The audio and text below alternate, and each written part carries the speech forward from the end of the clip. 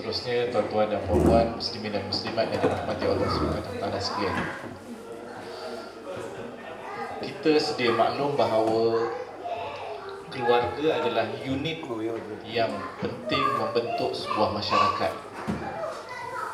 Bahkan ramai sarjana yang menyebut bahawa nak tengok satu-satu masyarakat, maka tengoklah keluarga dalam masyarakat tersebut.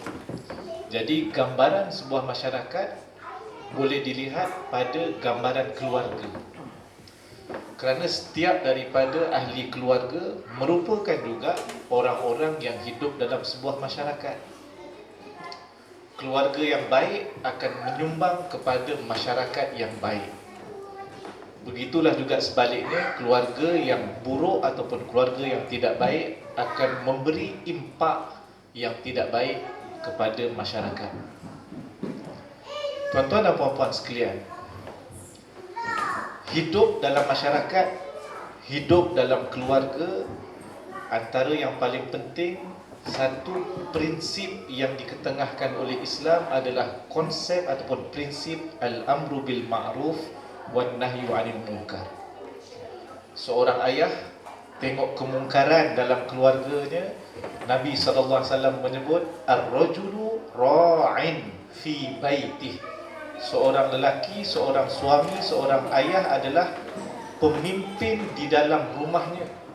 Ketika seorang suami bekerja, isteri kat rumah dengan anak-anak, disebutkan pula wal mar'atu ra'iyatun fi baiti zawjihi, iaitu pemimpin pula di rumah suaminya, jaga anak-anak, jaga harta.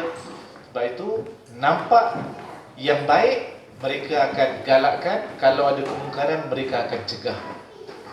Islam tunjukkan pula kehidupan dalam sebuah masyarakat, sama ada yang kecil dalam keluarga ataupun yang besar dalam masyarakat, besar lagi dalam sebuah negara.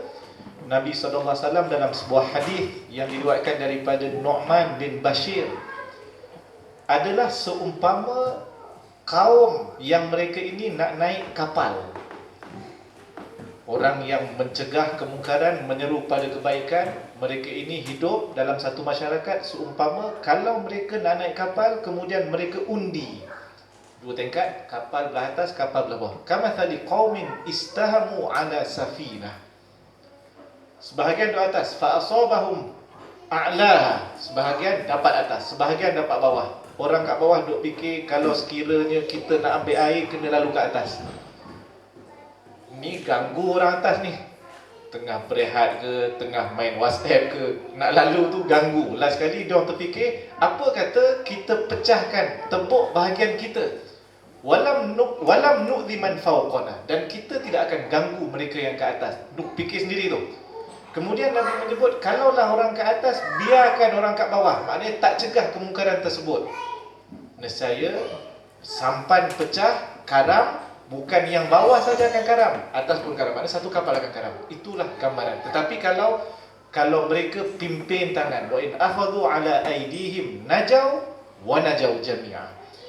Kalau tegur, kemudian bagi tahu ni yang sepatutnya, selamatlah semua sekali. Jadi keluarga kalau diselamatkan, maka selamatlah seluruh masyarakat. Yang ni saya nak maknanya intro untuk perbincangan pada pagi ini, kaitan di antara keluarga dan kesannya kepada masyarakat, kepada negara dan kepada seluruh umat Islam. Wallahu a'lam bishawab.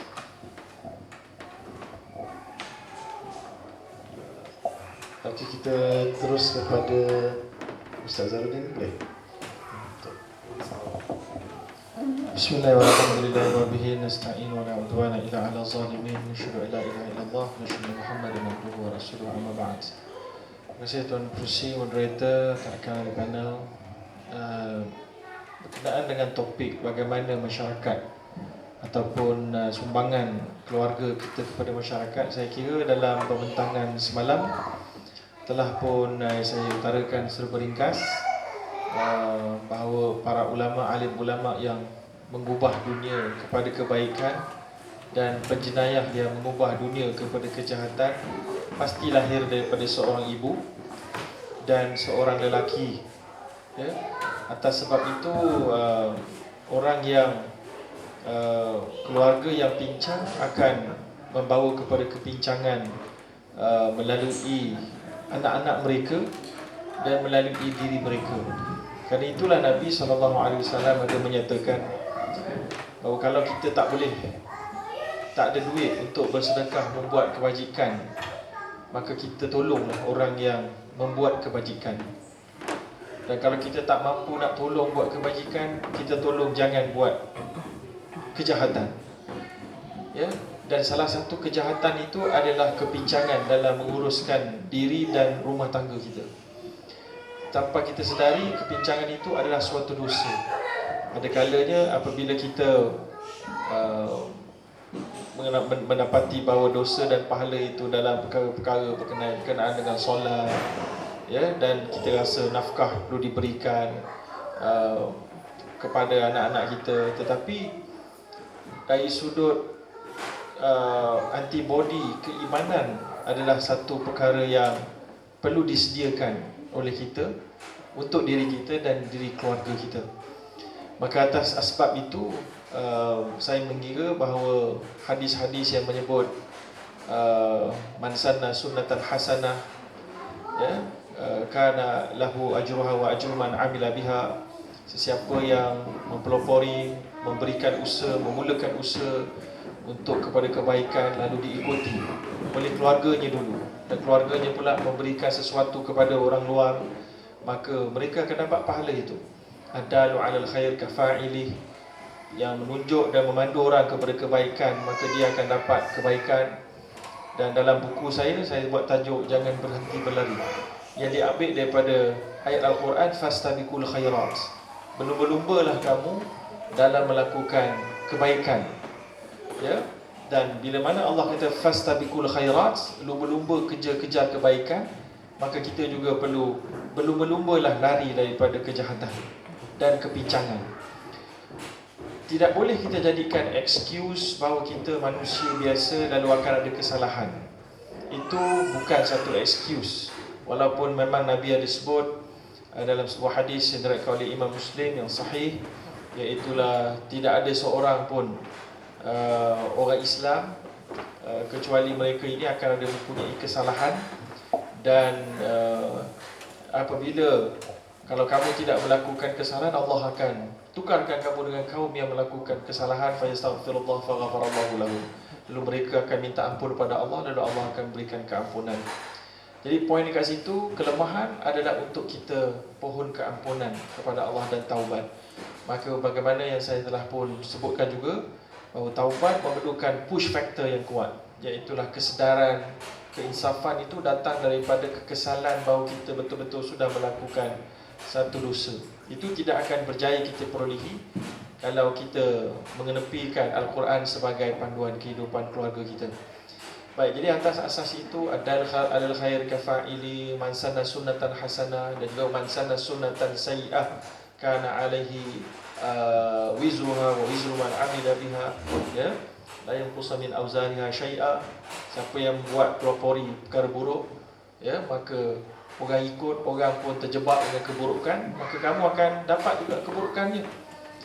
Atas asbab itu juga, macam yang telah kita bincangkan sepanjang semalam dan hari ini juga, mungkin hari sebelum itu, kalau anak kita menjadi ketua pembuli dan kita tahu, kita pun tak tahu, ya, tak ambil tindakan, maka dia akan mencorakkan kawasan sekolahnya dan juga mencorakkan beberapa orang-orang lain, anak-anak orang lain.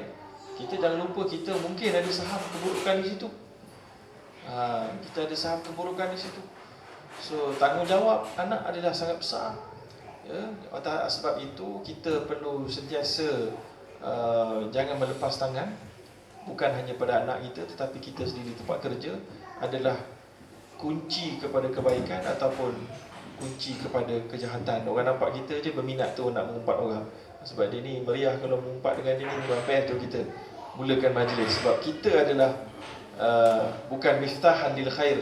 Patutnya kita nak jadi kita ni miftahan lil khair, mighlaqan lisyarr. Macam Nabi sebut, kunci kepada kebaikan dan kunci pembuka kepada kebaikan dan kunci penutup kepada kejahatan. Itu sekadarnya sebagai mukadimah.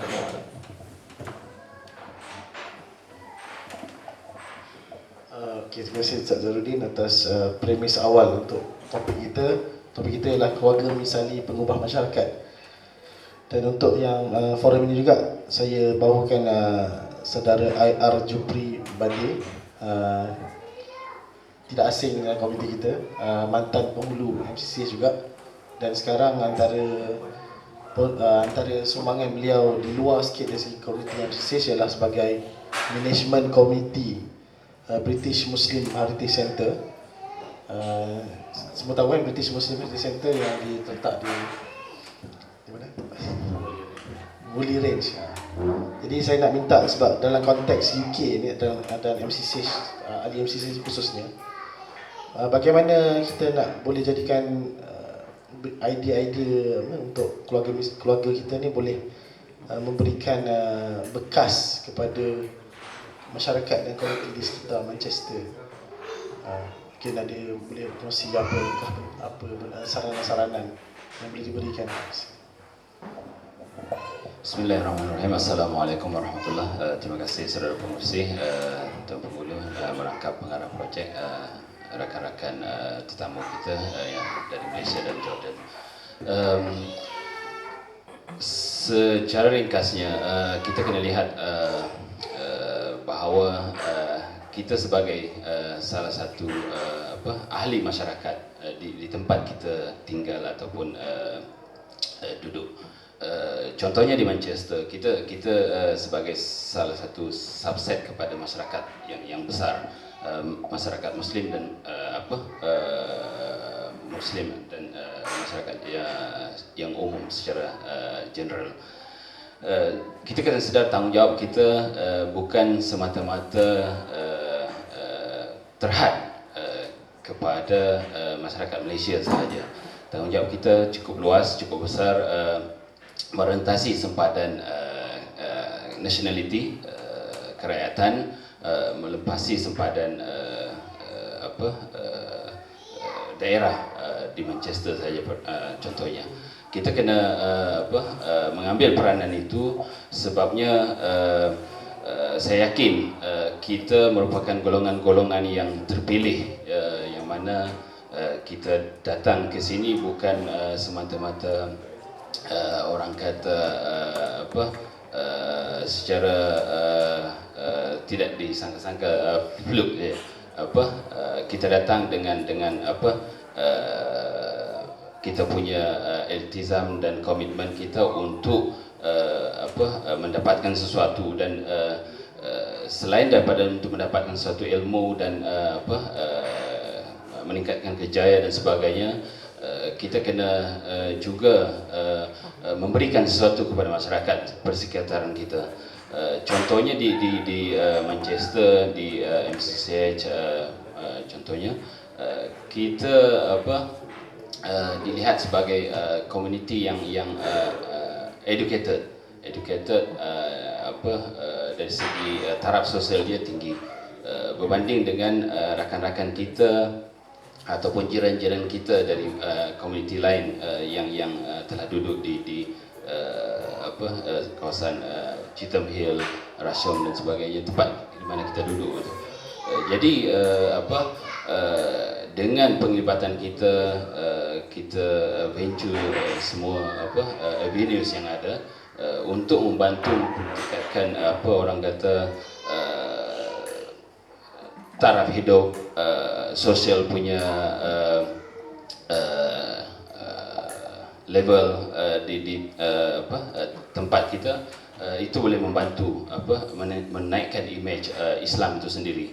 Sebab kita lihat banyak fitnah-fitnah ataupun kita come across dengan situasi di mana orang melihat orang-orang Muslim ini di tempat kita duduk tidak menunjukkan akhlak Islam itu. Jadi saya rasa antara peranan yang kita boleh mainkan ialah kita aktif dalam kerja-kerja sosial kemasyarakatan di tempat kita untuk membantu mengikis fahaman ataupun pandangan negatif terhadap Islam itu. Banyak peranan yang kita boleh mainkan dan banyak institusi yang kita boleh terlibat sama. Dekat sini kita ada Brother Dr.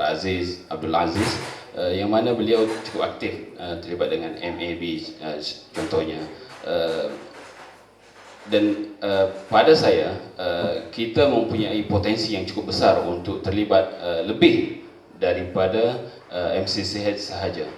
Sebahagian daripada kita ni mempunyai kebolehan untuk terlibat sampai ke peringkat nasional, sama ada organisasi yang bersifat kemasyarakatan, charity, kebajikan, maupun kalau ada yang orang kata mempunyai kemampuan kelebihan yang lebih itu, masa dan sebagainya, boleh masuk peringkat yang lebih mencabar lagi dalam konteks ini, politik dan sebagainya. Ada rakan-rakan kita yang pernah terlibat dalam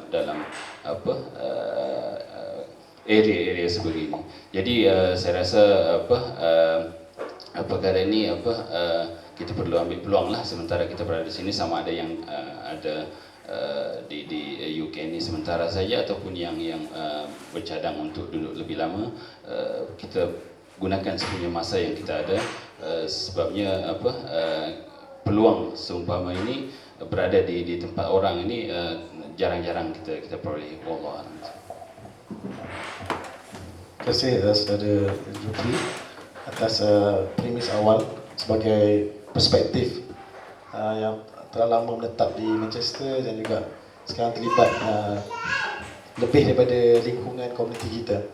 Terus seterusnya saya nak tanya pada Dr. Zaharuddin dari segi sebab Dr. Zaharuddin selepas menamatkan PhD di UK pulang semula ke Malaysia. Jadi dalam konteks sebab Malaysia ni kita nampak cabaran dia agak besar, dan kalau macam di UK ni dia mudah nak identify, hitam dan putih itu clear. Tapi di Malaysia ni banyak kekaburan yang benda tu mungkin boleh mengelirukan anak-anak kita. Dan dalam konteks macam biasa kalau kita main bola, kita kata the best strategy is to attack, bukannya defend. So macam mana kita nak mendidik ahli keluarga kita ni supaya tidak apologetik dan yakin dengan identiti sebagai Muslim, dan dia pula yang mempengaruhi orang lain untuk menjadi seperti apa yang dia percaya. Mungkin boleh kongsikan sikit. Bismillahirrahmanirrahim. Baik, jadi memang benar kalau di sini ni kita mudah saja kalau ada orang Mat Saleh ni buat begitu gini, kita kata dia bukan Islam. Sesenang kita Islam, tak boleh ikut cara dia, habis full stop kan. Di Malaysia orang Islam yang lagi teruk kadang-kadangnya, lebih teruk daripada Muslim lagi dari sudut adab, dari sudut integriti kan. So jadi macam mana kita nak sebut dah kali tu. Ini ada satu persoalan. Jadi bagi saya yang pertama sekali dalam konteks ini adalah yang kami buatlah yang pertama, kita nak gantikan anak kita dengan satu role model yang dia sentiasa boleh mendapat sesuatu daripada bahan bacaan itu. Sebagai remaja, kebiasaannya mereka minat baca buku, apa yang nak sebut entah apa-apa jugalah buku dia, dork lah, entah apa-apa lagi. Maka oleh kerana itu, kalau saya cuba untuk ambil satu orang tokoh perempuan, contohnya wanita sebagai contoh yang hidup, contohnya Yasmin Mogahid ke, saya cuba untuk perkenalkan dan suruh dia orang ni tengok YouTube ramah dia ni. Daripada situ dia akan dapat lebih banyak lah. Ada kalanya kita boleh bagi, tapi sebagaimana biasa kalau pemain tempatan ni kita beri, dia dapat input, tapi kadang-kadang dia nakkan rasa pemain import kan. So pemain import tu lah sebabnya sedari-sedari panggil saya dengan Ustaz Nahar datang ni, pemain import dah ni. Baik, jadi kita nakkan pengisian-pengisian begitu. Itu yang pertama. Yang keduanya dari sudut buku pun sama juga, kita boleh cadangkan pada anak kita buku-buku yang kita dah go through first. Kita sendiri kena buat homework. Kita tak boleh just cakap dengan anak kita pilih buku bagus. Tak boleh. Kita sendiri kena memilih. Ya, itu yang kedua. Yang ketiga adalah dengan cara, ini mungkin apa yang ada pada kemudahan saya lah, iaitulah mengajak anak ke program-program keagamaan, ya, macam program-program, contohnya convention fiqah saya bawa anak saya, ya. Walaupun mungkin dia tak berapa nak faham sangat, tapi at least dia dapat rasa dan dia dapat something yang dan juga dia pergi baru ni untuk camp, apa nama tu, bukan camp, Youth Ace, dan seumpamanya dia buat di Malaysia, dia boleh dapat sesuatu. Dan dia kat situ juga terdedah kepada mendapat kawan-kawan yang baik, ya. Itu cara dia lah, supaya dia akan jadikan kawan-kawan yang baik dia sebagai benchmark dan bukan kawan-kawan yang mengelirukan. Dan kalau anak saya yang nombor 2 pula, dia memang lebih teliti lah. Maka dari sudut itu, dia akan jadi, dia paling banyak buat amal makruf nahi mungkar kat sekolah dia. So ada je mana-mana budak-budak yang berkapul, dia akan laporkan. Ada je seorang pelajar yang dicabul oleh guru, dia akan laporkan. Kadang-kadang dia tak tahu pun tu cabul, ataupun bukan cabul lah, harassment sikit lah, sexual harassment. Kau nak tahu sexual harassment atau tidak, contohnya ada seorang guru, ya, duduk depan meja pelajar perempuan tingkatan 1, guru tu duduk kat depan dia, guru tu pakai kaki dia kepit kaki budak perempuan tu. Sexual harassment atau tidak? So jadi budak tu tak kerti, dia cerita kat anak saya cerita kepada saya buat laporan. Okey, maknanya benda tu berlaku dan alhamdulillah dia tahu ini satu. Mungkin dia tak apa sure benda ni salah ke tak salah, cuma dia rasa tak sedap, tak elok. Jadi benda tu sentiasa kita pantau. Dan juga bagi saya, kalau diary dapat diwujudkan di kalangan anak tuan-tuan, itu juga satu teknik yang bagus, diary. Macam siapa semalam sebut kan, doktor sebut ada diary, yang anak-anak pun anak kawan kan, dia tulis diary tu apa benda. Jadi kat situ kita boleh tengok luahan dia. Ada kalanya anak kita dia tak mampu nak meluahkan, so dia luah melalui tulisan. Bila diary tu kadang-kadang kalau kita ceroboh masuk, buka, dia marah. Anak-anak remaja ni dia ada privasi dia. Tapi pandai-pandai kita nak hidup lah. Dia pergi sekolah tu, kadang-kadang dia nak beli diary yang ada mangga tu. Tu budak-budak muda ni. Diary ada mangga kecil tu. Tak boleh buka kita. So, pandai-pandailah kita belikan diary khas yang tak ada mangga. Hadiah kita yang belikan. So dia pun tulis, dia pergi sekolah, kita pun masuk senyap tengok. Jangan kita tahu.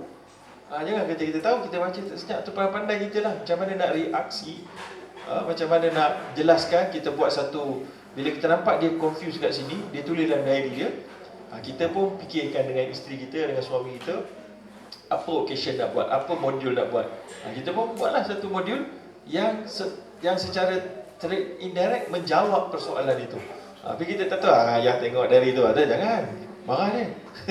Marah dia. So, jadi itu adalah antara perkara yang perlu kita buat. Dan benda tu bagi saya banyak swastakan pada isteri lah. Swasta pada isteri sebab saya agak sibuk. Tapi swastakan pun suami mesti jadi leader, kepala, macam Luqman Hakim cerita kan. Isteri execution, isteri COO, Chief Executive Officer, Chief Operating Officer. Suami CEO, Chief Executive Officer, ataupun Managing Director. So kita kena ambil tahu. Tak boleh lelaki tak ambil tahu. Sebab kalau ibu saja nak tackle tak cukup. Allah memang jadikan sifat kita sinergi. Lelaki punya cara fikir lain dengan wanita punya cara fikir. Bila dia digabungkan, dia jadi comel. Kalau tak gabung, dia tak comel. Sebab tu kita kena ada penggabungan idea itu. Tak boleh kita isteri aku dah pandai, ikut dia lah. Tak cukup. Sebab isteri dia akan tengok biasa perincian detail. Kadang-kadang dia tak nampak sangat makro. Lelaki kalau dia tengok makro sangat, dia tak nampak sangat mikro. So gabung dua-dua dia jadi sedap, mikro dan makro. Jadi itu yang kita kena buat. Wallahualam.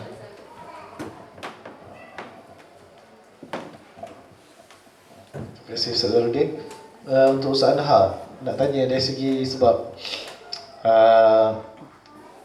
dalam keadaan persekitaran yang penuh dengan signal-signal yang salah yang boleh masuk dalam keluarga kita, contohnya macam saya straight to the point lah, sebab macam konteks Malaysia contohnya kata politik kotor, tapi politik itu dikendalikan oleh orang, manusia kan. Jadi dan apa-apa pun berlaku, politik akan efek keluarga kita. Satu-satunya institusi yang tinggal untuk kita pertahankan tu dia tidak boleh survive kalau dia tidak mengambil tindakan untuk dia yang nak mengubah politik, keadaan ekonomi yang tidak, yang menekan dan sebagainya. So dari segi perspektif amar ma'ruf nahi munkar itu, macam mana kita nak mendidik anak-anak untuk jelas konsep-konsep penting macam politik, ekonomi, sosial, walaupun benda tu untuk anak-anak bukanlah patutnya bukan level dia lah, tapi kita nak tanam dari awal supaya dia tidak jadi manusia yang skeptik dan terus escape daripada persoalan-persoalan tu. So macam mana kita nak daripada awal kita mungkin macam mana tahap-tahap kita nak mendidik dia supaya dia prepare untuk ke depan dengan menunjuk tu.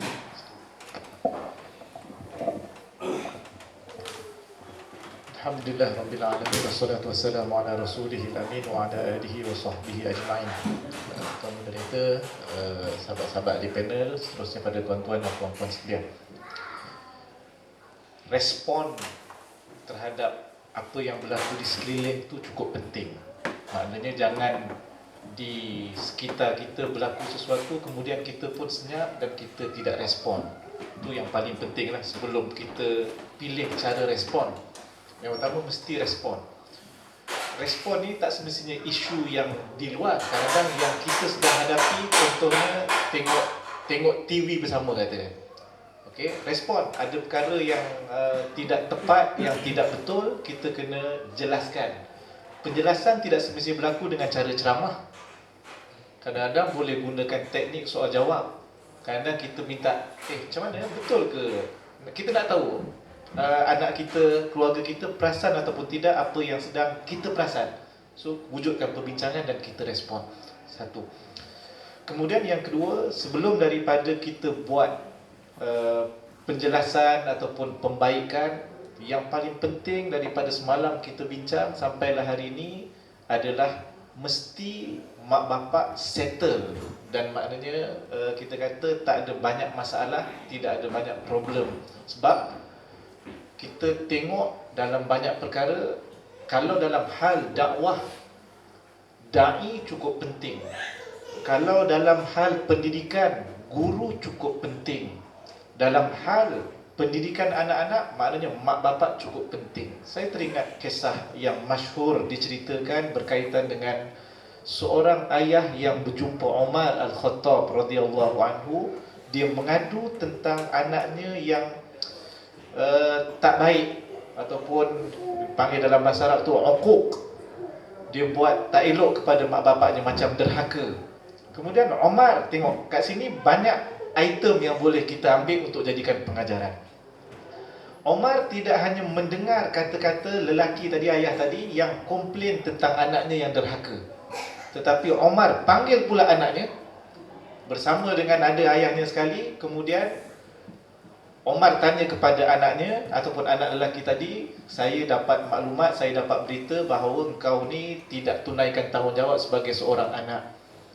Kemudian budak ni terus tanya kepada Umar. Dia tanya, dia tak jawab lagi, dia tanya, wahai Umar ataupun wahai Amirul Mukminin, bukankah seorang ayah itu ada tanggungjawabnya?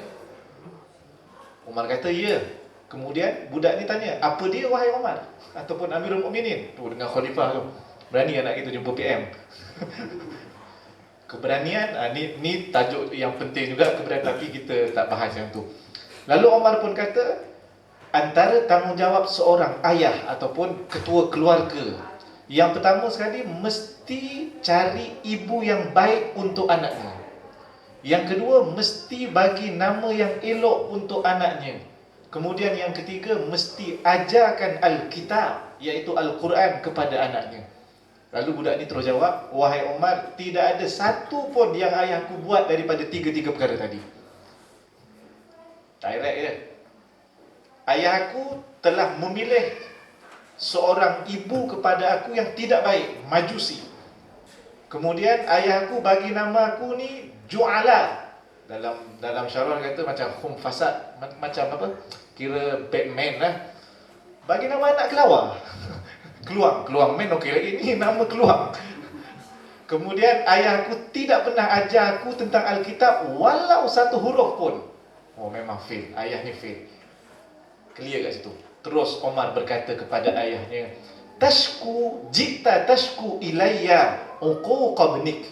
Kau datang kepada aku nak mengadu tentang anak kau yang derhaka, wa aqaqtahu qabla an yu'iqaq wa asa'ta ilaihi qabla an yusi'a ilaik. Kau derhaka dulu kepada dia sebelum dia derhaka kepada kau. Dan kau buat jahat kepada dia sebelum dia buat jahat kepada kau. Tu jawapan Omar belas kali. Jadi tuan-tuan sekalian, penting. Sebab tu sebelum kita maknanya cerita bab kesalahan anak, satu yang cukup penting adalah kita cerita ataupun kita selesaikan kita dahulu. Itu penting. Sebab nanti kalau kita nak respon, belum tajuk politik yang tidak bagus, belum tajuk ekonomi yang tidak bagus, belum cerita-cerita sosial yang tidak bagus, nanti dia akan bercanggah dengan apa yang kita sebut. Kan? Ia juga dilarang dalam Al-Quran. Kabura maqtan 'indallah an taqulu ma la taf'alun. Cukup besar kemurkaan daripada Allah Ta'ala kamu berkata sesuatu apa yang kamu tidak lakukan. Dua. Yang ketiga dan yang terakhir, tuan-tuan dan puan-puan sekalian, sebenarnya dalam kehidupan keluarga itu wujud unsur-unsur yang wujud di dalam masyarakat. Politik dalam masyarakat, baik ataupun tidak baik, wujud perkara ini dalam kehidupan keluarga. Sebagai contoh, kita bukan cerita politik kepatian. Politik yang kita bincang, politik Islam lebih besar dan lebih luas daripada politik kepatian. Contoh, dalam siasah Islamiah ataupun politik Islam, antara yang kita bincang, cara melantik pemimpin. Cara melantik pemimpin boleh kita dapat dalam keluarga ni, iaitu menjadi imam di dalam solat. Ada kaedah dia. Nabi kata yang paling layak jadi imam kalau ada 2-3 orang, yang pertama sekali yang paling bagus bacaan. Maknanya syarat aqra'ukum, yang paling bagus bacaan dia. Maknanya dia punya tajwid, dia punya cara sebutan huruf dan sebagainya. Kalau dua-dua sama, ustaz, markah sama dua-dua dapat mumtaz. Pada waktu ni pergi pula kepada yang paling faqih, yang paling reti fiqh. Nanti ada sujud sahwi, nanti ada mufaraqah tak mufaraqah, ataupun keluar daripada imam dan seumpamanya. Kalau sama juga, pertama sama, item kedua sama, pergi item yang ketiga, barulah pilih siapa yang lebih tua. Ini contoh. Adakah ini bukan unsur politik yang boleh kita lihat dalam masyarakat ataupun dalam negara? Jawapannya, ini unsur yang sama. So dia akan belajar, nak pilih pemimpin, mesti pemimpin yang bagus, yang amanah, yang bagi servis kepada kita. Satu, kat situ kita boleh maknanya dah kaitkan dengan agama. Banyak perkara yang lain yang boleh kita masukkan lagi. Sebagai contoh, dalam bab muamalah. Ini patutnya Dr. Zarudin lebih aula lah. Saya ni baru nak mula buka kitab untuk tesis. Ajar anak jual beli, kita suruh dia jadi wakil beli barang dan seumpamanya, mesti kita pun tahu tentang perkara ni. So, di luar sana ada unsur riba. Di luar sana ada muamalah yang maknanya tidak tepat dengan Islam. Sebenarnya ia juga wujud dan boleh dilihat unsur ini dalam keluarga kita, yang kita berinteraksi dengan pekedai ataupun sesama adik keluarga kita dan seumpamanya. Secara tak langsung kita boleh mengesan dan memperbaiki segala signal yang tidak baik tadi, dan secara tak langsung kita telah melahirkan anak-anak yang bakal keluar nanti di tengah masyarakat yang baik dan yang menepati yang disuruh ataupun yang disuruh oleh agama. Wallahu a'lam bishawab.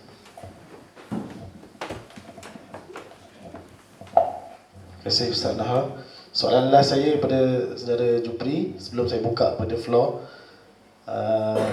soalan.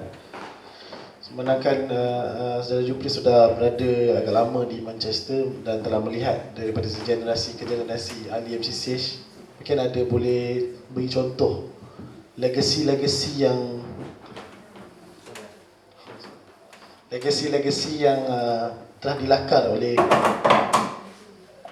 ahli MCCH sebelum ni,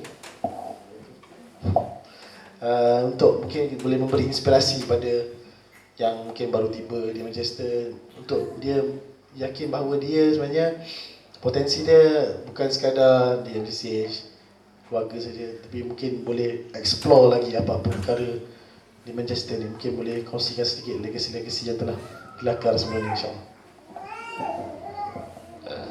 Terima kasih saudara moderator. Pertamanya suka saya tekankan bahawa perlunya untuk kita kembangkan apa yang kita ada dulu. Potensi yang kita ada ni, organisasi yang kita ada ni kita kembangkan untuk manfaat masyarakat sekitar dan general public di negara ini secara umumnya. Berkenaan dengan legasi-legasi yang dah ada, secara ringkasnya, secara umum kita kadang-kadang saya nampak kita tidak mempunyai orang kata komitmen yang tinggi untuk terlibat ataupun buat sesuatu yang boleh memberi manfaat kepada rakyat di negara ini ataupun di tempat kita berada ini untuk jangka masa yang panjang. Mungkin disebabkan faktor kita berada di sini, kebanyakan daripada kita berada di sini dalam tempoh yang singkat. Walau bagaimanapun ada perkara-perkara yang kita buat, rakan-rakan kita buat yang saya kira cukup baik untuk memberi impak yang positif kepada masyarakat persekitaran. Mungkin dalam konteks yang kecil di masyarakat, dalam masyarakat kita di Manchester, yang saya lihat cukup baik yang telah kita lakukan dan sekarang masih dilakukan ialah projek sekolah itu. Kalau kita lihat komuniti setempat, mereka buka sekolah yang bukan mainstream ni, yang tambahan untuk memberi pendidikan agama dan bahasa kepada anak-anak kita. Mereka buat benda yang sama, cuma komuniti mereka besar dan mereka buka kepada yang masyarakat yang lebih luas lah. Dia melepasi sempadan bangsa. Yang kita buat sekarang ni sekolah, kita bukanlah hadkan kepada komuniti kita sendiri, tapi mungkin kemampuan yang ada pada kita dan sebagainya, dari segi infrastruktur yang kita pinjam dan sebagainya, menumpang dan sebagainya, dan tenaga pengajar. Mungkin satu masa nanti kita boleh kembangkan untuk menjadi satu sekolah yang dapat dimanfaatkan oleh masyarakat setempat secara lebih meluas.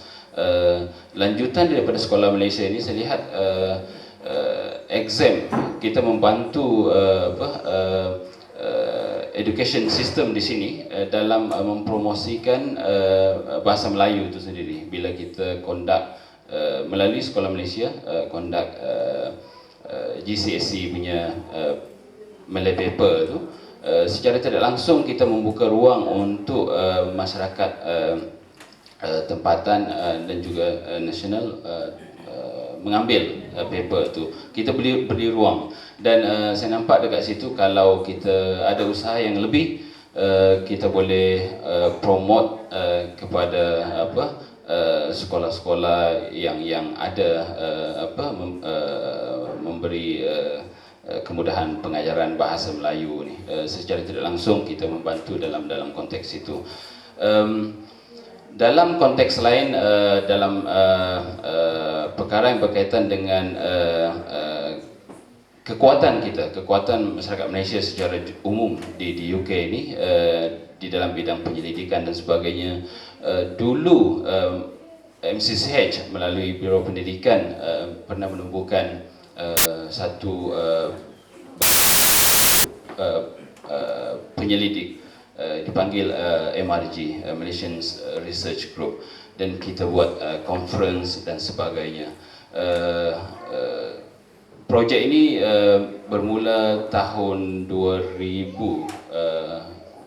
atau 2001 kalau saya tidak silap, dan sepanjang tempoh 4-5 tahun yang pertama itu, alhamdulillah perjalanan cukup baik, dan Saudara Azmil pernah terlibat secara langsung dalam projek ini dan sebagainya, antara orang yang ada di sinilah yang saya boleh sebutkan.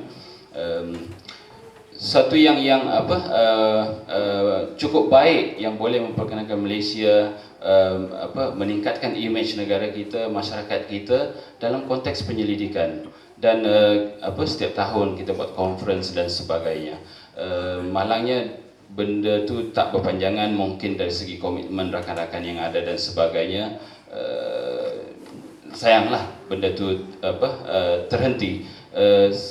2-3 tahun selepas itu, kalau saya tidak silap sekitar tahun 2008 ataupun 2009, diwujudkan satu lagi, satu kumpulan lagi dipanggil MPA, Malaysian Postgraduate Association, yang itu berpusat di Sheffield. Penubuhannya ni saya ingat lagi perbincangan saya dengan pengarah MSCD EM masa itu, saudara Encik Nazri, ex-MCCH juga, ex-MCCH. Beliau apa cadangkan penubuhan satu grup untuk mengembangkan lagi potensi yang kita ada ni. Tapi kalau saya tidak silap grup ni pun dah kurang dengar, sama ada saya tak dengar ataupun macam mana tak pastilah. Tapi apa yang pentingnya di sini ialah kita kena apa fully utilize dan maximize kita punya potensi yang ada ni. Kebanyakan daripada kita ni penyelidik, golongan terpilih, sama ada kita berada di sini sementara sahaja ataupun kita stay dekat sini selepas kita habis penyelidikan, dapat PhD dan sebagainya. Kita perlu kembangkan, teruskan untuk mengembangkan potensi yang kita ada ni. Dan minta izin untuk promote satu conference yang rakan MCCH kita nak buat dengan kerjasama British Muslim Heritage Centre pada awal Jun, 5 hari bulan Jun kalau tak silap. Saya pun lupa tarikh. International Conference of Global Islamic Studies yang inisiatkan oleh Puan Dr. Salmi kita, ahli MCCH kita, pada awal Jun nanti, dengan kerjasama Universiti Kebangsaan Malaysia dan Salford University. Jadi perkara-perkara macam inilah yang kita nak dari satu segi apa orang kata optimizekan kita punya potential, yang keduanya dari segi meningkatkan image dan identiti kita tu. Itu cukup penting. Dan yang ketiganya memberi ruang untuk kita engage dengan komuniti secara lebih luas lagi lah. Yang itu saja yang saya boleh sebutkan. Terima kasih kepada saudara Jupri. Untuk pengetahuan semua juga, kalau siapa yang mengikuti perkembangan MCCH, kita juga ada buat projek legacy MCCH yang telah dilancarkan awal sesi iaitu antaranya dia adalah satu usaha nak mencungkil ataupun memberi peluang kepada yang bukan AJK MCCH untuk kalau nak initiate apa-apa projek, boleh gunakan projek legacy itu sebagai tapak untuk kita usahakan sesuatu. Dan yang pertama yang telah dilakukan ialah kejohanan Grand Prix memancing di bawah kendalian Dr. Izam. Satu projek pertama. Dan kemudian jawatan kuasa membincangkan bagaimana hendak mendapatkan bangunan, dan sekarang ini telah didaftarkan sebagai Warisan Foundation, sebuah charity organisation. Dan yang latest iaitu kelas bahasa Arab yang telah diinisiatkan oleh saudara Rohimi, yang telah dengan iaitu Dr. Abdul Aziz sebagai tenaga pengajarnya, juga adalah satu projek legacy yang telah dibuat. Jadi insya-Allah saya harap projek legacy MCCH ini dapat mendapat penyertaan lebih ramai ahli MCCH yang mana yang dia ada bakat, potensi atau hobi yang boleh ditranslate sebagai peluang untuk melebarkan lagi legasi amal soleh. Jadi itu sekadar maklumat lah. Okey, sekarang kita akan buka pada soalan. Saya dapat satu soalan. Saya perlukan lagi 2 soalan. Mungkin 2 soalan. Siapa yang nak bertanya? Ada apa soalan? Kita perkenalkan nama, soalan dan kepada siapa soalan itu ditujukan. Saya nak kumpul lagi 2 soalan. Saya ada 1 soalan, lagi 2 soalan. Okey, Assalamualaikum warahmatullahi wabarakatuh. Saya sebenarnya nak tanya kepada salah seorang kepada Ustaz, memang Ustaz dari segi hukum. Sebab semalam kita ada discuss tentang cabaran yang kita hadapi, kita sebut tentang LGBT, tapi sebenarnya realiti sebenar kita lebih daripada itulah. Sebenarnya kita sekarang ni dealing dengan the new generation yang bukan setakat lelaki dengan lelaki, perempuan dengan perempuan, tapi kita juga terpaksa dealing dengan transgender. Jadi it's a new thing lah dekat UK, dan saya rasa dekat Malaysia pun benda tu akan sampai. Sebab the trend dah ada kan. Macam kalau kita tengok orang perempuan, dia sebenarnya tak semestinya perempuan. Dia telah menukar jantina dia, dan dengan segala hormon yang ada, dia boleh nampak macam perempuan, tapi sebenarnya bukan perempuan. So, saya nak tanya daripada segi hukum, apakah pandangan kita sebagai seorang Muslim sekiranya kita berhadapan, sama ada kita dengan kawan kita ataupun kita sebagai secara profesional dari segi hukum, macam mana kita nak dekati dengan orang yang macam ni? Adakah kita, sebab yang saya fahami lah, macam mana pun manusia di depan kita tu bukanlah kita yang untuk menilai kan siapakah dia, Allah yang akan menilai, tapi kita masih ada tanggungjawab lah. So, saya nak tanya dari segi hukum, ataupun apakah batas tanggungjawab yang kita boleh buat secara minimum yang boleh lah sebagai seorang Muslim. terima kasih Tuan Nurul. Oleh itu saya berikan hadiah buku ini kepada beliau yang bertanyakan soalan. Terima kasih. Formula solat sempurna edisi Express, Dr. Zarudin. Satu soalan lagi? Hadiah. Saya tak beritahu awal sebab saya nak supaya ikhlas tanya soalan. Kalau nanti kan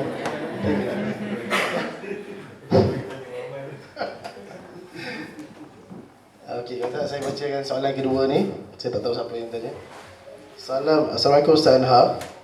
Saya nak bertanya, Ustaz ada menyatakan kita tak boleh mendisiplinkan anak dengan harta atau material. Bagaimana pula dengan kata-kata oleh Umar Al-Khattab yang pernah mengatakan didiklah anak mengikut zaman di mana dia dibesarkan. Boleh tak minta Ustaz tolong explainkan? Siapa tanya soalan ni? Cik, ramai main.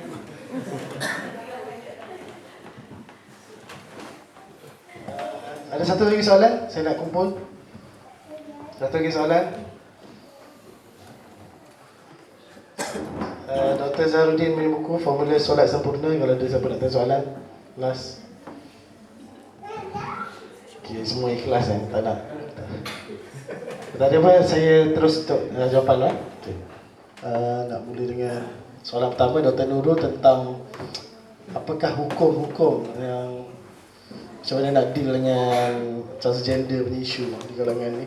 Dan yang kedua, soalan pasal disiplin dengan harta material. Adakah bercanggah dengan didiklah anak mengikut zaman di mana dibesarkan. So nak mula dengan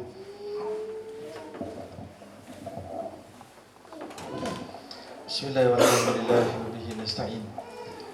Baik, berkenaan dengan pertukaran jantina yang menjadi satu trend jugalah yang agak meningkat. Saya masih ingat ketika saya duduk sebagai panel syariah JAKIM, ada dibawa satu kes, tapi bukan menukar jantina, tapi betul-betul memang mempunyai 2 alat kelamin. Yang itu tak apa, yang itu khunsa sungguh.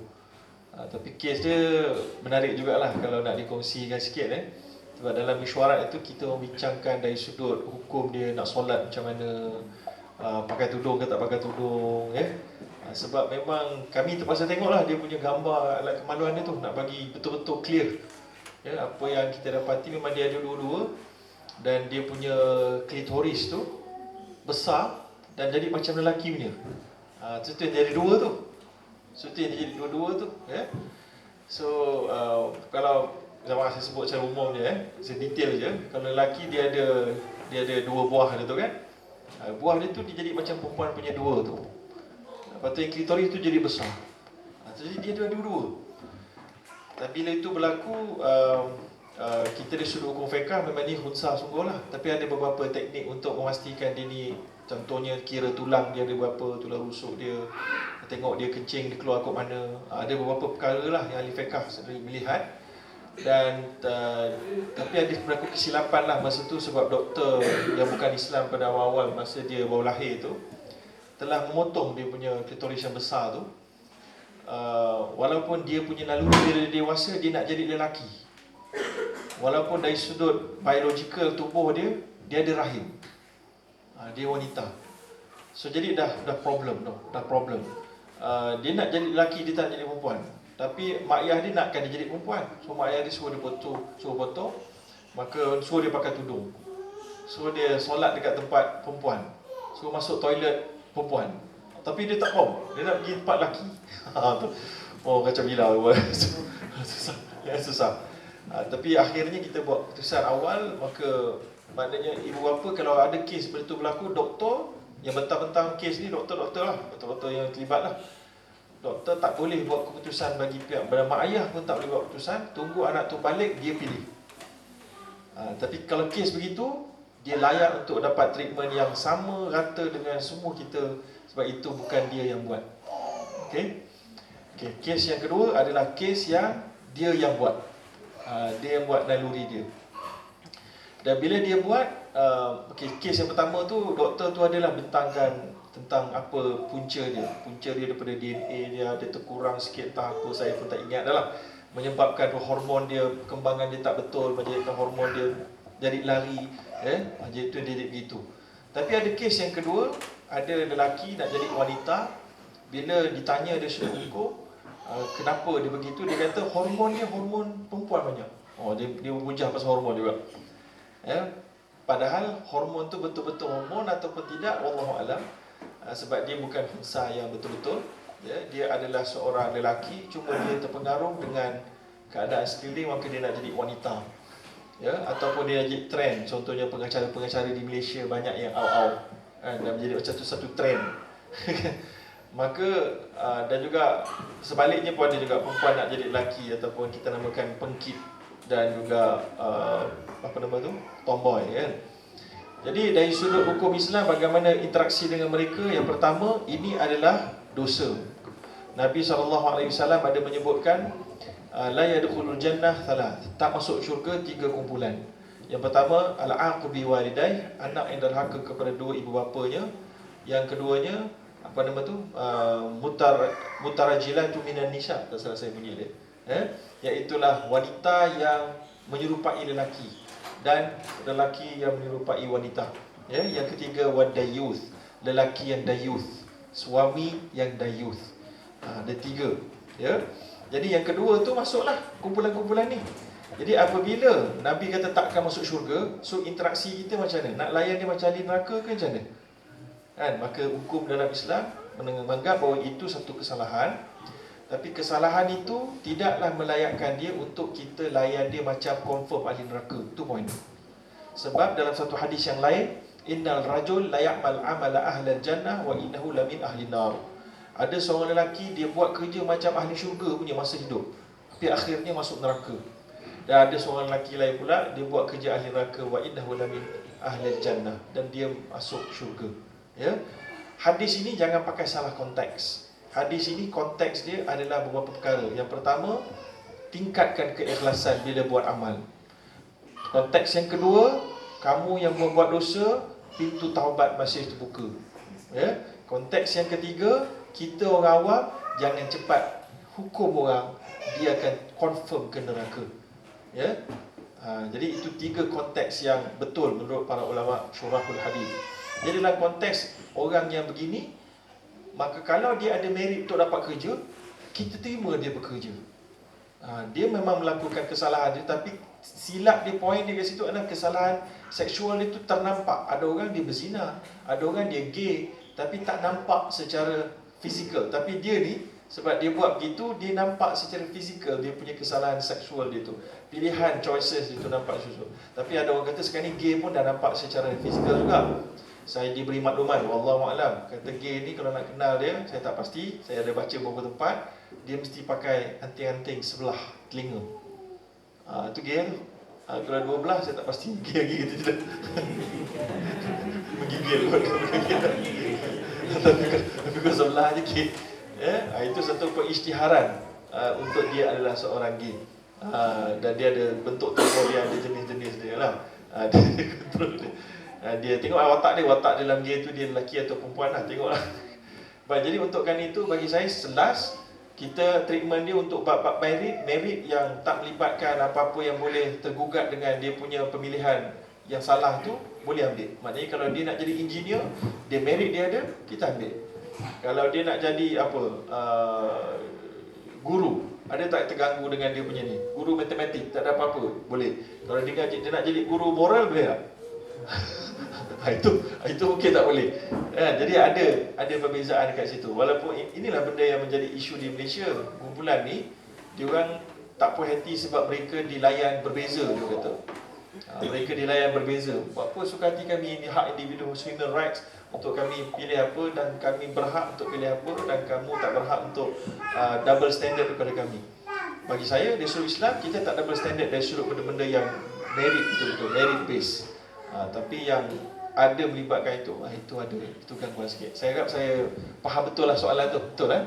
Wallahu a'lam.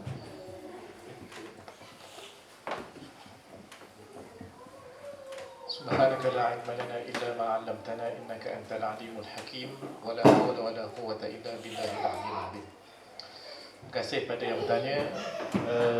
Di quote saya sebut semalam kaitan dengan pendidikan anak dan kaitan dengan harta. Mungkin secara teksnya ni dah ada tasarruf lah ni, ada perubahan sikit. Tapi yang pentingnya rohnya adalah mendidik anak-anak, kalau boleh bukan ataupun jangan sampai dia cinta kepada harta, cinta kepada barang.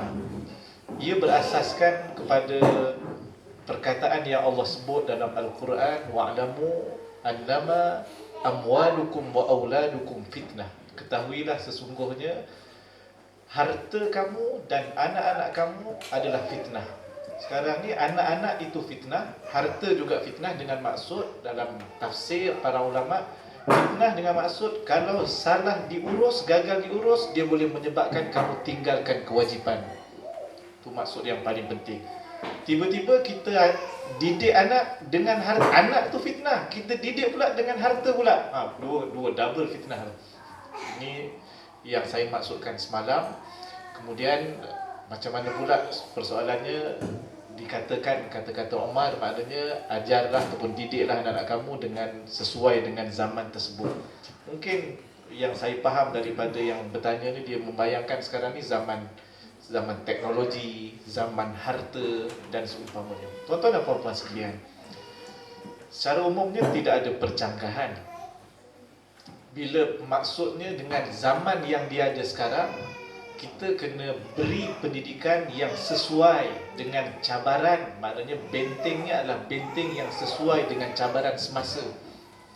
Tak boleh dah cerita zaman komputer yang masuk CD-ROM tu. Dulu memang susah tu, dia kena panggil kita nak pasang. Kita pun tak pandai kan. Go to, ingat lagi? Dulu kat kelab sains komputer, dulu ingat lagi lah. Go to.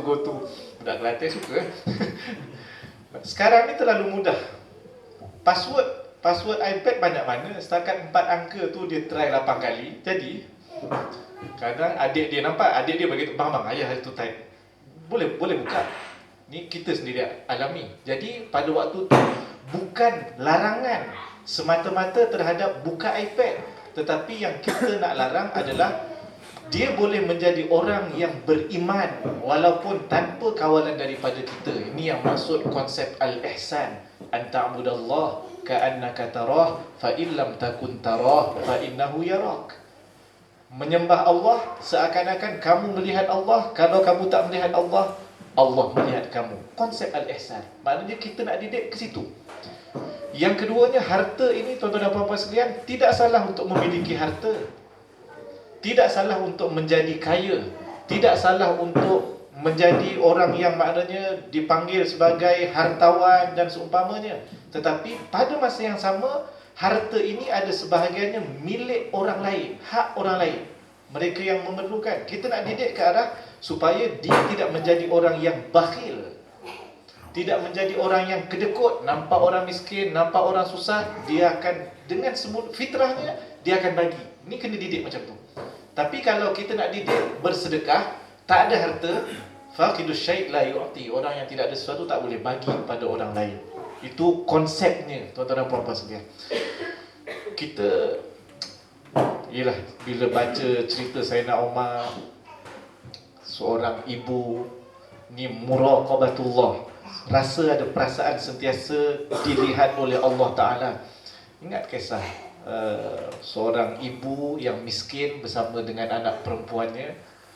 Dalam macam mana susu ni nak bagi, susu tak banyak tapi macam mana nak bagi banyak dapat duit hasil jualan.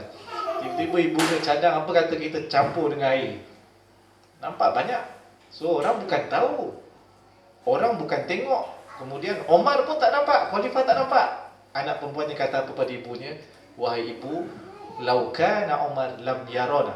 Kalaulah Umar tidak melihat kita, kana rabbu Umar yaron. Sesungguhnya Tuhan ataupun Allah kepada Umar melihat kita.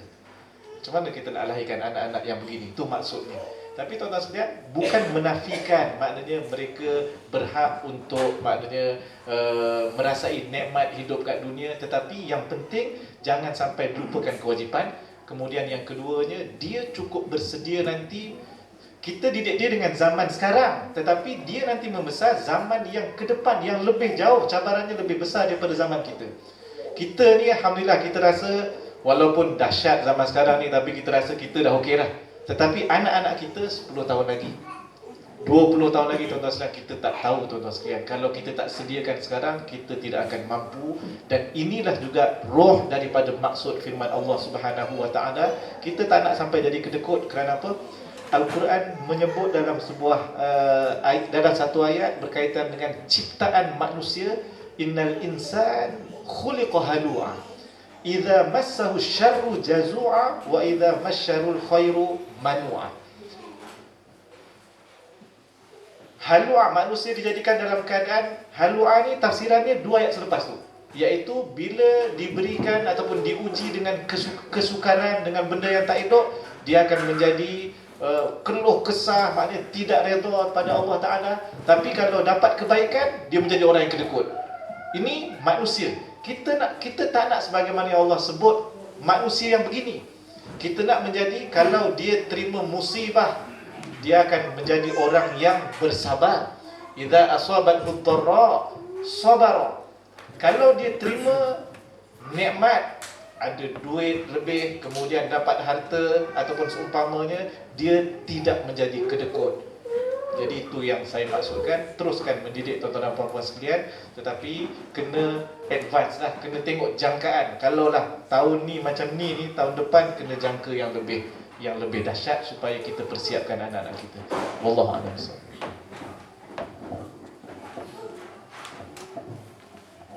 Okey, soalan terakhir mungkin sebelum saya wrap up.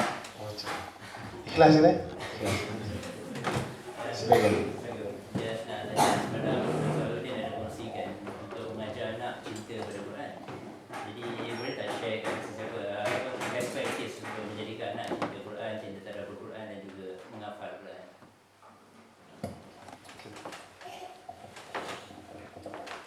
Bismillahirrahmanirrahim. Baik, cerita ke Al-Quran, kita boleh ajar anak kita beberapa teknik. Yang pertama sekali, teknik yang paling mudah, teknik cerita dalam Al-Quran.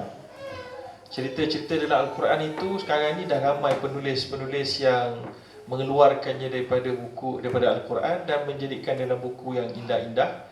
Jadi saya kira itu adalah yang pertama. Dengan membacakan kisah-kisah dalam Al-Quran adalah boleh meminatkan anak dengan inti Quran, ya. Itu yang pertama. Yang kedua, tentang hafazan. Hafazan Al-Quran ini memang mudah, tetapi nak memaintain, nak menjaganya setelah dia hafal adalah sukar. Maka apa yang perlu kita buat? Yang pertama, kita ajar anak kita supaya dia memasang niat dan azam terlebih dahulu untuk menghafaz seluruh Al-Quran. Kerana apabila dia pasang azam untuk menghafaz seluruh Al-Quran, maka pada hakikatnya kalau dia ikhlas, dia sudah pun menghafaz seluruh Quran. Ya, walaupun tak sempat.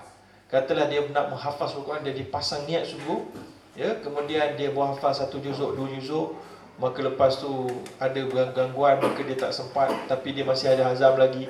Kalau meninggal, dikira sudah pun menghafaz Al-Quran. Ya, itu yang paling kurang kita kena buat.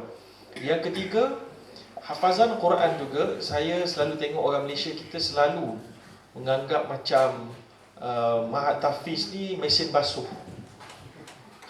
Minta maaf saya buat contoh yang ganas sikit.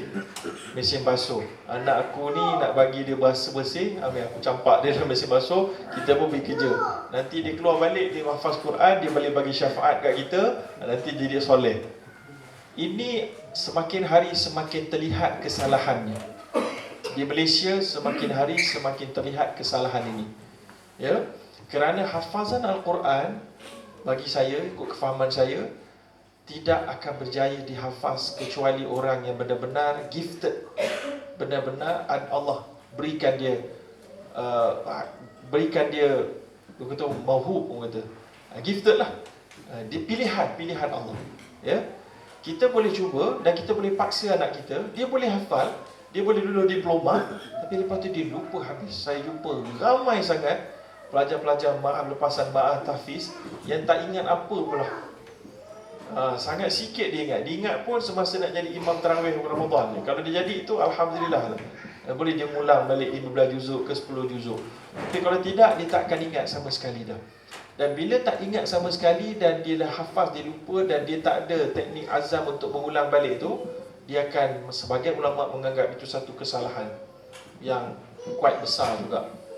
Ya, so jadi oleh kerana itu, jangan kita tergesa-gesa nak minta anak kita hafaz Al-Quran kalau dia tak ada that talent.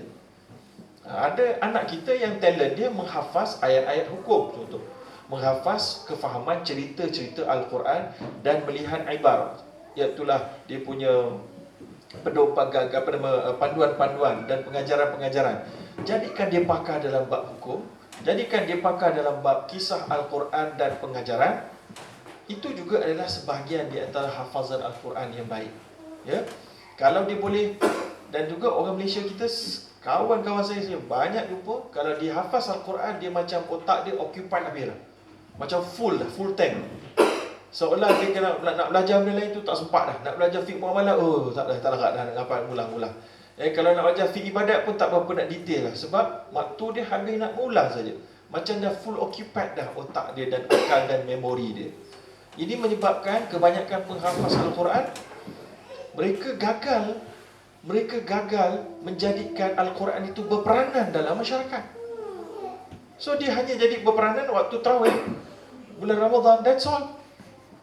Patutnya Al-Quran yang berperanan adalah kita yang menghafaz, menghidupkannya. Macam para ulama salafus salih, mereka menghafaz dan mereka hidup dengan akhlak Al-Quran dan mengajar Al-Quran, barulah. Tapi kalau hanya jadi standard orang Malaysia, majoriti saya kata, agak majoriti penghafaz Al-Quran di Malaysia, standard dia imam tarawih je. Paling kuat pun mengajar membaca Al-Quran, qiraat, tajwid, tu je. Mengajar kat rumah-rumah orang. Walaupun hafazan dia canggih macam mana pun, sampai boleh patah balik, tahu buku surat berapa. Saya pernah lupa, dan ada lagi kawan-kawan saya begitu. Tapi tahap dia, kita tahulah Allah SWT yang akan memberikan ajaran pada dia. Tapi dia suruh kemasyarakatan dia, mengajar Al-Quran kat rumah orang, mengajar kat masjid, Al-Quran, semua melibatkan itu. Dan susah dia nak keluar daripada bidang dia, sebab dia terlampau rasa occupied dengan dia kena mengulang. Jadi kalau begitu, semualah penghafaz Al-Quran. Siapa yang nak mengeluarkan semua mutiara daripada inti Al-Quran yang banyak itu. So, jadi bagi saya itu antaranya yang perlu kita fikirkan bila kita nak beritahu pasal anak kita Al-Quran dan syafaat dan seumpamanya. Baik, seterusnya bagaimana kita nak ajar kita minat Al-Quran juga adalah dengan lagu-laguan Al-Quran. Fitrah manusia, kata Imam Al-Muhammad Al-Ghazali, suka kepada bunyi-bunyian yang indah-indah. Ya, maka sebab itu Islam, Nabi SAW mengatakan, tidak di kalangan kami malam bitaran Nabil Quran, tidak melagukan Al-Quran. So, kalau anak tu biasanya belum berjinak lagi, dengarkan dia lagu-lagu taranum yang sedap-sedap, ya, daripada pelbagai negara, bunyi dengan kombinasi suara yang merdu, yang hebat, makhraj yang mantap, maka ini akan menyebabkan dia akan jadi lebih cenderung sedikit demi sedikit dan bawakan bacaan-bacaan yang lazat-lazat ini di dalam kereta, tapi jangan terlalu keras dulu. Jangan maknanya 2 jam perjalanan kereta tu 2 jam Quran dia kerja dia. Oh, itu dah terlampau ambitious. Tukar-tukar. Pandai-pandai kita cari yang bacaan yang sedap, tak semestinya bacaan Sa'id bin Al-Ghamidi saja, Al-Ghamidi, tapi bacaan taranum style tilawah antarabangsa pun. Yang Malaysia punya style ada bayatinya, ada nahwannya, ada hijaznya, turun balik bayatinya. Itu juga bagus. Ya, jadi saya kira itulah antara selain daripada kita memberikan maklumat tentang ganjaran-ganjaran menghafaznya, membacanya satu huruf sama dengan digandakan 10 kali, maka itu adalah disebut targhib, menggalakkan. Wallahu a'lam. Terima kasih kepada Dr. Zalanin. Dengan soalan yang terakhir itu, maka tamatlah forum kita. Tapi sebelum saya menamatkan forum, 1 minit conclusion daripada setiap panel mengenai tajuk kita, keluarga misali pengubah masyarakat. Memulakan dengan saudara dulu.